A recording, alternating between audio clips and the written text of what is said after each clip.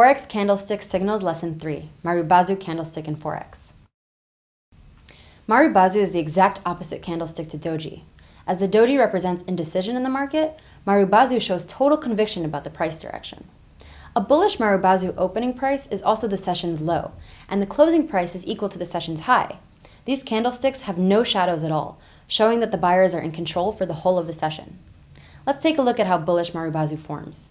As soon as the session started, bulls were in charge. They were driving the price up for the whole session, and it's closed at its high. The bearish Marubozu opening price is equal to the session's high, and the closing price is also the session's low. Similar to the candlestick's bullish version, this also has no shadows and indicates that the sellers have control over the pricing for the whole session. When you consider that the session has started, the bears have pushed the price lower. They drove the price down until the end of the session, where it closed at its low. The Marubozu candle signal has no real trading implications on its own. However, as it clearly shows the current market sentiment, it can be helpful in situations like breakouts or reversals.